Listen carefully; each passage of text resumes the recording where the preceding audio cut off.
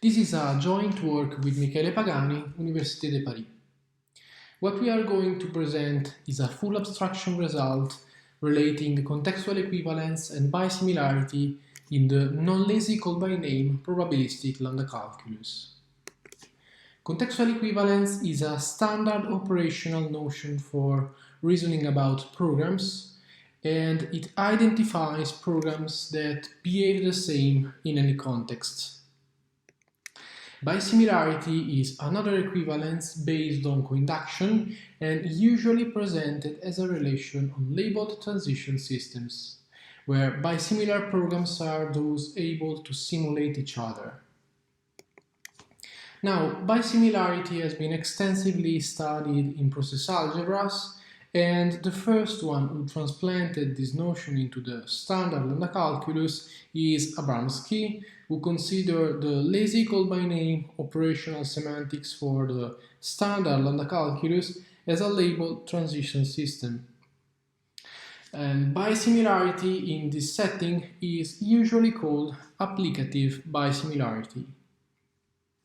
But what about the probabilistic setting? Well, applicative bisimilarity has been lifted to the probabilistic lambda calculus, where the lazy call-by-name operational semantics is seen as a labeled Markov chain, which generalizes labeled transition systems. And bisimilarity in this setting is also called probabilistic applicative bisimilarity, or PAB. Now, both contextual equivalence and probabilistic applicative bisimilarity depend on the choice of the reduction strategy, which we divide into lazy and non-lazy.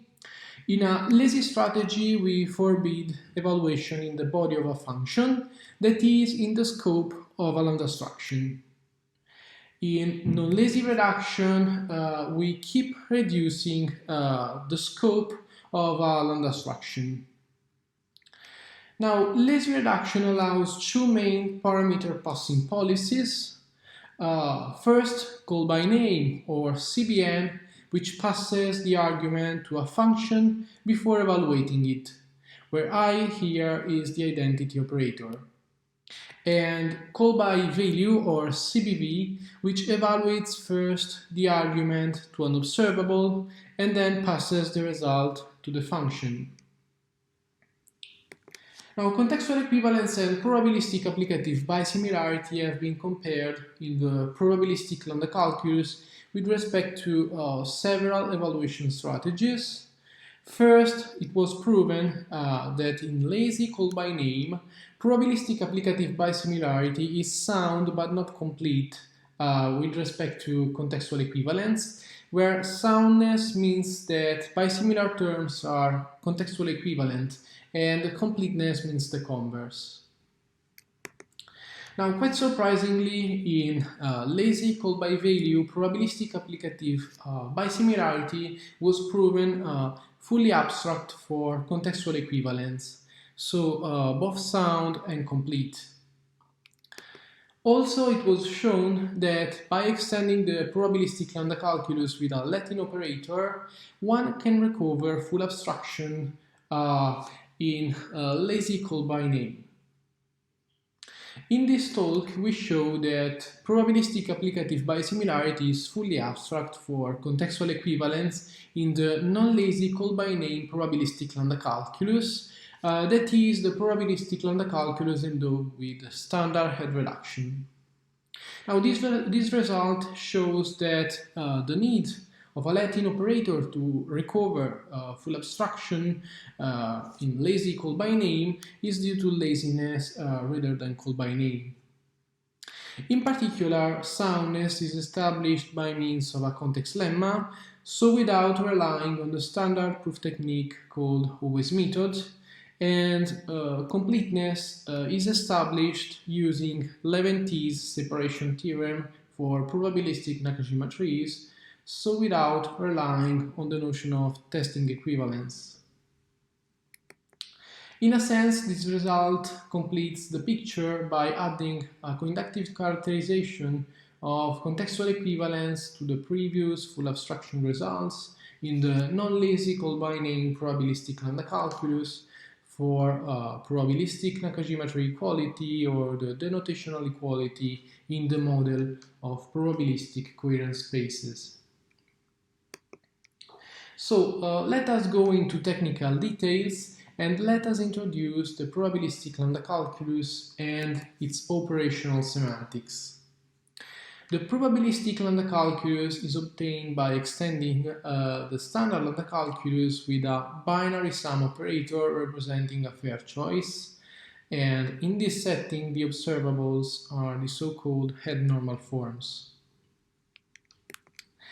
The probabilistic operational semantics is usually defined in two steps.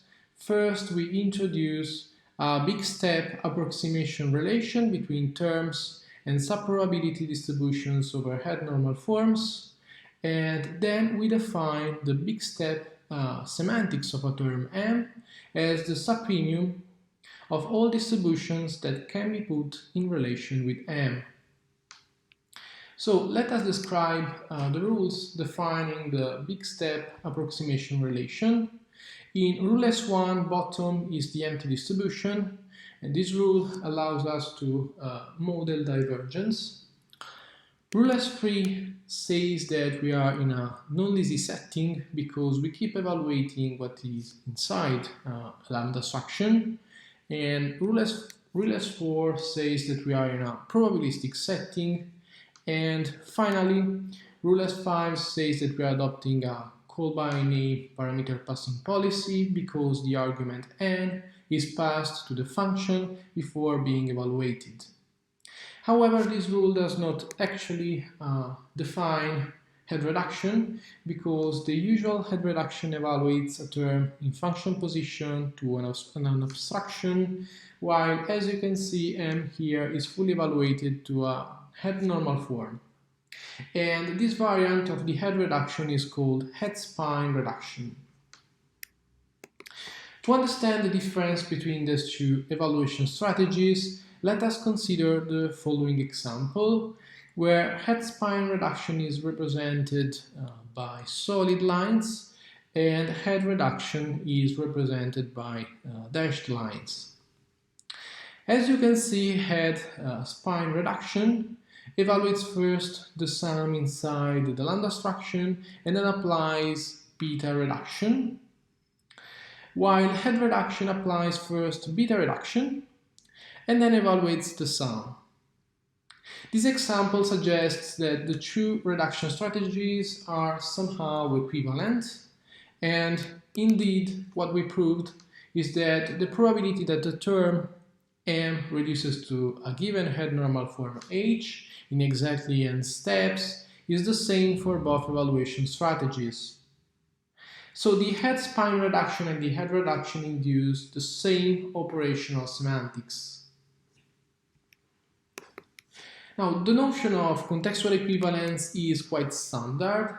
We say that two terms M and N are contextually equivalent if, when put in a context C, the resulting terms have the same probability of convergence no matter which context C we take. As an example, lambda x plus x and the identity are contextually equivalent.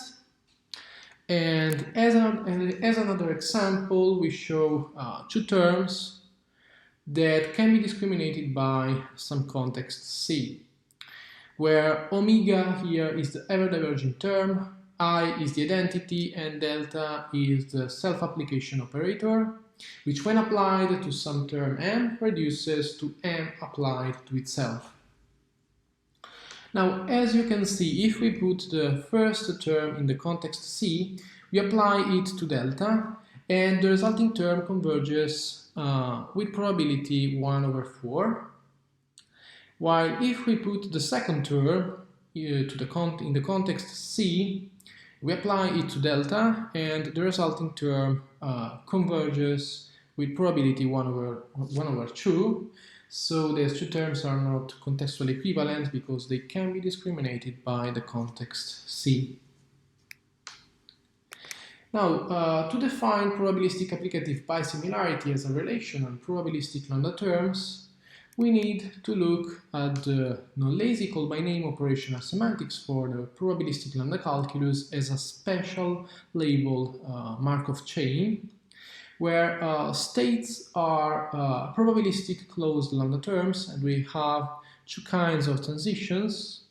A transition labeled with tau, which evaluates a closed term according to head-spine reduction, obtaining several head-normal forms with distinct probabilities, and a transition labeled with some closed term m, such that an observable, in our case a closed head-normal form, is applied to m, and the resulting term is beta reduced to get the next state of the label Markov chain with probability 1. Let us consider as an example a snapshot of the label Markov chain associated with the term delta plus omega, where we recall that delta is the self-application operator and omega is the ever-diverging term. Now here we alternate the two kinds of transitions. First, we apply the transition tau, which evaluates this term to the head normal form delta with probability 1 over 2. And then we apply the second kind of transition, and actually here we have infinitely many transitions depending on the label we are considering. And here we consider the label true plus false, for example, where true and false are the two binary projections. What we get is true plus false applied to itself. Finally, we apply again the transition tau, which evaluates the term to three head normal forms with distinct probabilities. Now, before defining probabilistic applicative bisimilarity, we have to introduce the notion of probabilistic applicative bisimulation, which is an equivalence relation R, such that it enjoys two properties. First, for any head normal form H, two terms m and n in relation R have the same probability P of converging to some head normal form that is in relation R with H. Secondly, if two head normal forms in relation R are applied to some term m, by performing beta reduction to the resulting terms, we get two terms that are still in relation R. Now, probabilistic applicative bisimilarity, as you can see, is the largest probabilistic applicative bisimulation. As an example, we show that the terms lambda xx plus x and fix are bisimilar, where fix reduces in one step to the identity plus fix itself. As you can see in the definition of bisimilarity, proving that these two terms are bisimilar means showing that a probabilistic applicative bisimulation exists that relates them. So it suffices to show that the relation R, which contains the pair lambda xx plus x and fix, is a bisimulation. And this property crucially depends on the fact that lambda xx plus x and fix both reduce to the identity with equal probability 1. As a second example, the terms delta and the identity are not bisimilar, and to see these, let us suppose to our contradiction that they are. First, we apply to both terms the transition omega plus the identity, and we obtain respectively omega plus I applied to itself and omega plus I with equal probability 1. And since we are assuming that delta and the identity are bisimilar, by the second condition for bisimilarity, the latter terms must be bisimilar. But then we apply the transition tau, and we obtain that these two terms reduce to the identity with different probabilities, contradicting the first condition for bisimilarity, and therefore delta and the identity cannot be bisimilar. Now, full abstraction requires a fundamental result about probabilistic Nakajima trees, which is the separation theorem, which says that contextual equivalent terms have the same probabilistic Nakajima tree. Before introducing probabilistic Nakajima trees, we recall that the bone tree of a deterministic term is a tree-like structure describing a kind of infinitary normal form associated with this term. And indeed, as you can see, the bone tree of a head normal form, of this head normal form, describes its structure, where the bone trees of its arguments, as you can see, describe the structure of the head normal forms they reduce to. Now, bone trees are not enough to define the semantics of a term, because two equivalent terms have different distinct bone trees. And this is why we move to Nakajima trees. And intuitively, Nakajima trees can be seen as infinitely expanded bone trees, because as you can see, we have infinitely many abstractions and infinitely many applications of variables. But what about the probabilistic version of Nakajima trees? Well, it can be defined by alternating the notion of value Nakajima tree of a head normal form and the notion of probabilistic Nakajima tree of a general probabilistic lambda term. Now, the value Nakajima tree of a head normal form is defined quite like the deterministic Nakajima tree of this term, but here we co-inductively call the notion of probabilistic Nakajima tree for the arguments, because these arguments are general terms, and so they are not necessarily head normal forms. Now, the probabilistic Nakajima tree of a term M is a probabilistic distribution of value Nakajima trees of the head normal forms M reduces to. More specifically, we have an edge connecting the root with the value Nakajima tree associated with a head normal form H and labeled with P is the probability that M reduces to some head normal form with the same value Nakajima tree of H. Now, let us consider as an example the probabilistic Nakajima tree of the lambda term H plus omega, where H is this head normal form and omega is the ever diverging term. This term reduces with probability 1 over 2 to H and diverges with the same probability. So the probabilistic Nakajima tree of this term must be the following distribution of value Nakajima trees.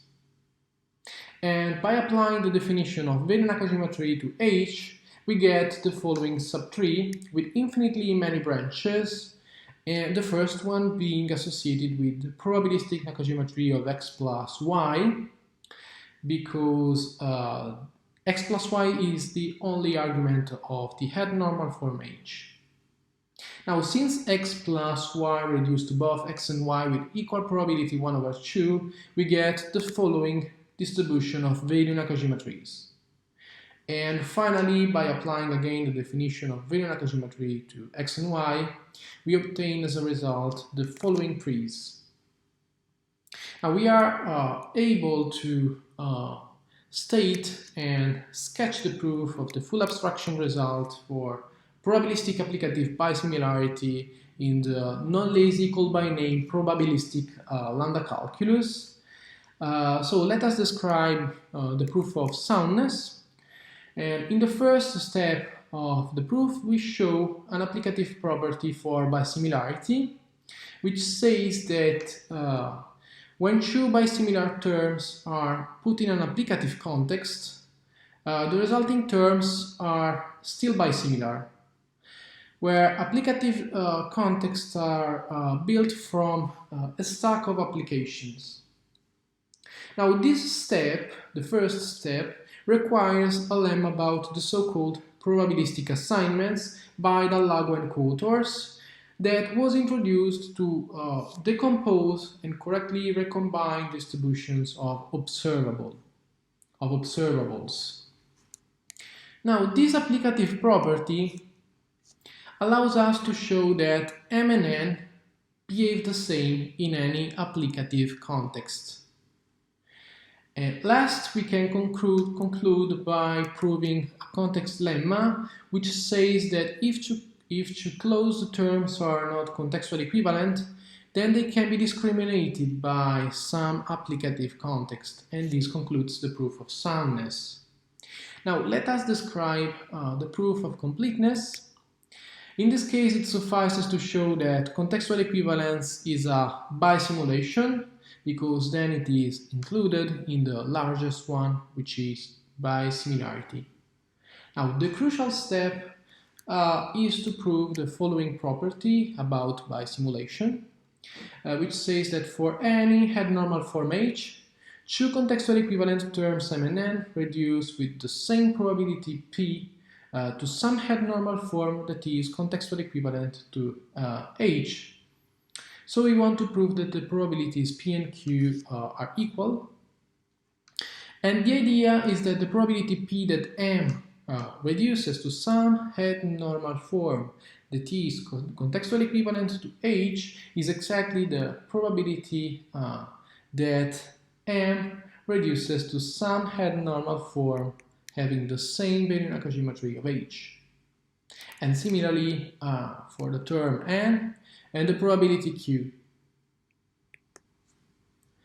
Now, by definition, the probability P that M reduces to some head-normal form that has the same Velian geometry of H is a label in the probabilistic geometry of M. And similarly for N and the probability Q, which becomes a label in the probabilistic geometry of N. And since M and N are contextually equivalent, we can apply Levent's separation theorem, and we obtain that M and N have the same probabilistic geometry, so that these two labels coincide, and the probabilities P and Q are equal. And this concludes the proof. Now, both bisimilarity and contextual equivalence have an asymmetric version called respectively probabilistic applicative similarity and contextual preorder. And we proved that in the non-lexical binary probabilistic lambda calculus, probabilistic applicative similarity is sound but not complete and hence not fully abstract with respect to contextual preorder. Now, the proof of soundness has the same structure of the one for bisimilarity, while the failure of completeness is established by means of a counterexample. This counterexample is an adaptation of the counterexample to the asymmetric full abstraction in the call-by-value setting by Curzi and Alago. And as you can see, the only difference between these two terms, which are the counterexample, is that in the latter, in the term N, a choice can be performed before any interaction, while the former, M, needs to interact in order to trigger a choice. So on the one hand, we showed that M and N can be compared in the contextual preorder by means of a context lemma. And on the other hand, we proved by contradiction that these two terms are not bisimilar. Thank you.